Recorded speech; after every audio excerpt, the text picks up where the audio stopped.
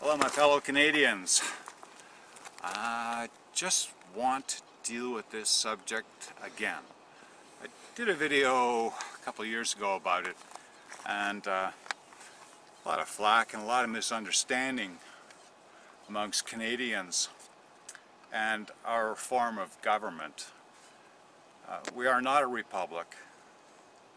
We are a parliamentary democracy with a monarch as our leader. Get that? We are a parliamentary democracy with the monarch as our leader.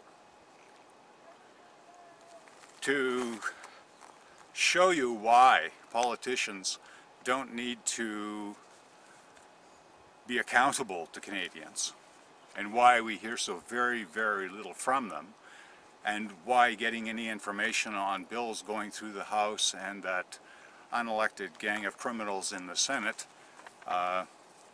you need to understand the basics of our parliamentary system. Here is what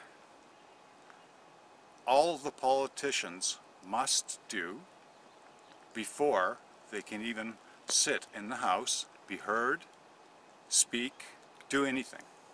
They must give this oath. The oath is very, very clear. I, blankety blank, do swear that I will be faithful and bear true allegiance to Her Majesty Queen Elizabeth II, Queen of Canada, her heirs, her successors, so help me God, and some others, if they don't feel the word God is appropriate, they may say make a solemn oath to the stars in the universe and the sky, and that's fine. But they cannot sit in the House unless they swear allegiance to Her Majesty Queen Elizabeth II. Queen Elizabeth II, Queen of Canada, is represented by our Governor General. The Governor General is a pawn to the Queen of England. In order to have a reformed government, Stephen Harper would need to stand up as a man and eliminate the Senate completely. Just get rid of it and change the oath of allegiance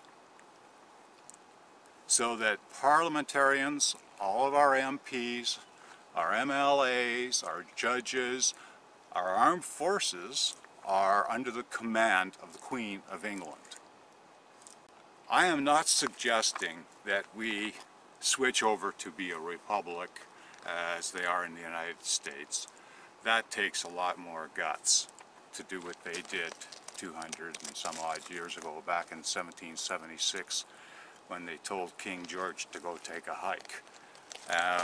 Representation, and he was taxing and bullying them around, and they said, take a hike, George. I would love to see us tell the monarchy to take a hike in Canada.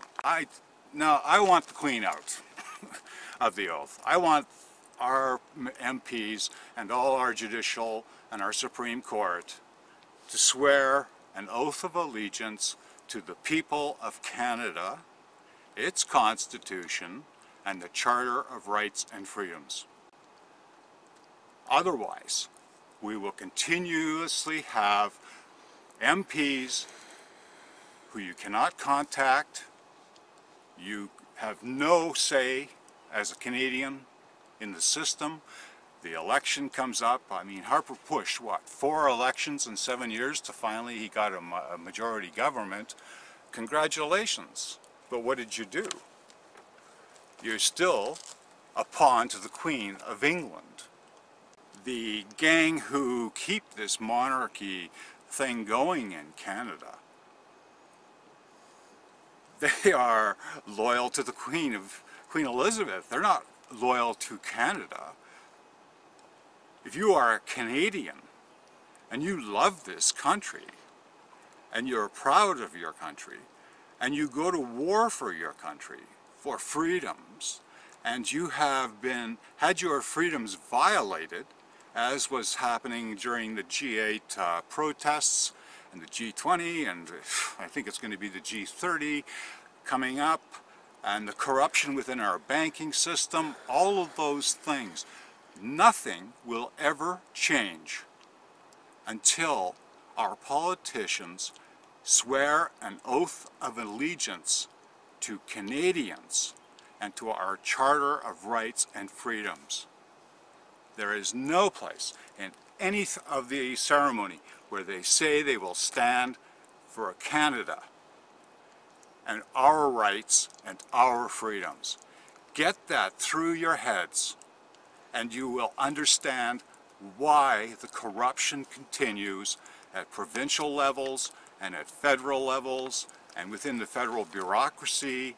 The corruption will never stop until these people are held accountable to Canadians. And under the current oath in Canada, there is absolutely no way they need to be accountable to us.